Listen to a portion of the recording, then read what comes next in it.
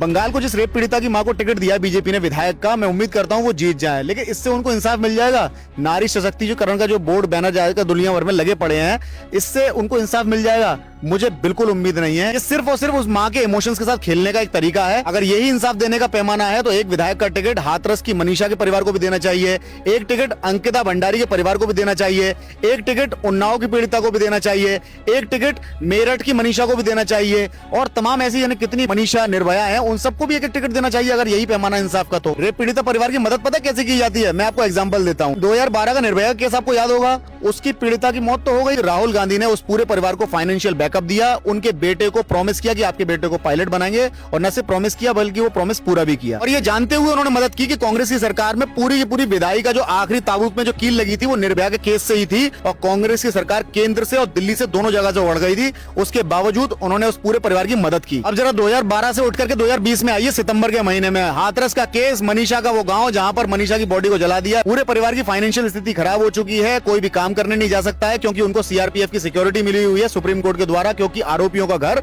बिल्कुल बगल में ही है। सारे के सारे आरोपी छूटे जा चुके हैं, एक बचा हुआ है वो भी छूट जाएगा। जिस सरकारी नौकरी का प्रॉमिस किया गया था परिवार को वो अभी तक नहीं मिली है, जो आवास का प्रॉमिस किया गया था वो अभी तक नहीं मिला है, बल्कि उनके गांव का घर सरकार लेने की फिराक में है। बोल रही है कि ये आपका पुश्तैनी घर जो है वो जब आप शासन को देंगे तब आपको शासन की तरफ से जो वायदा किया हुआ घर है तब वो आपको मिलेगा। अब इस वीडियो से आप अजम्पशन लगाएंगे हम बीजेपी की तारीफ नहीं कर रहे हैं, कांग्रेस की तारीफ कर रहे हैं, बीजेपी की बुराई कर रहे हैं। भाई जिसका जो काम होगा उसकी वो तारीफ करी जाएगी, इसमें किसी की भी तारीफ नहीं, किसी की भलाई नहीं, किसी की बुराई नहीं है। मैं तो उम्मीद करता हूं कि वो बंगाल की जो मां है वो जीत जाए और कुछ अच्छा करें वहां की महिलाओं के लिए। लेकिन अगर आप पार्टी की विचारधारा के साथ जब चुनाव लड़ेंगे तो पार्टी की गलत नीतियों पे आपको चुप रहना पड़ेगा। जब आपकी जैसी कोई और बेटी इंसाफ मांगेगी तो बस उसके साथ इंसाफ कर दीजिएगा।